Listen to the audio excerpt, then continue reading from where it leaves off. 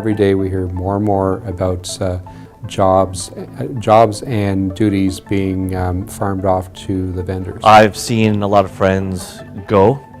I've seen a lot of layoffs. Outsourcing would have a big impact on me. Taking responsibilities away from full-time staff.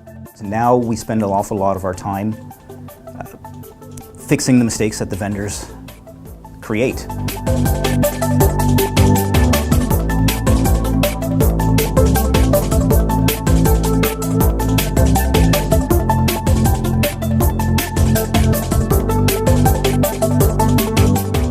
Information technology makes government work.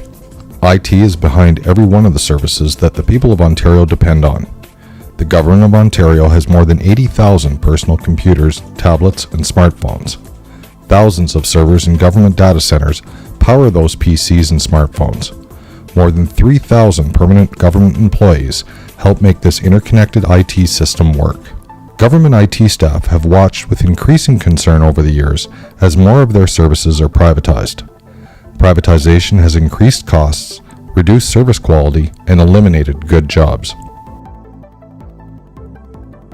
According to the Public Accounts of Ontario in 2013, 59% of the OPS IT budget went to the private sector. Since 2009, spending on private IT services have increased by 63%. Over the last decade, numerous IT services have been outsourced. This includes the complete privatization of network services, as well as the partial privatization of service support, desktop field services, and data storage. A 2012 consultants report commissioned by the Ministry of Government Services found that several key IT services cost on average 2.5 times more when provided by the private sector. We're told that by our management team, we're not as good as the vendor. We're not as efficient, is their words, as the vendor, which is really kind of a slap in the face because we're busy, really busy fixing all the errors that the vendor makes. The communication between departments is so limited, so it's taken weeks to do a job that it should take 2 days to do. If you go back to where IT was first centralized, the fundamental shift there is you're no longer reporting to a business unit, you're reporting to an IT structure.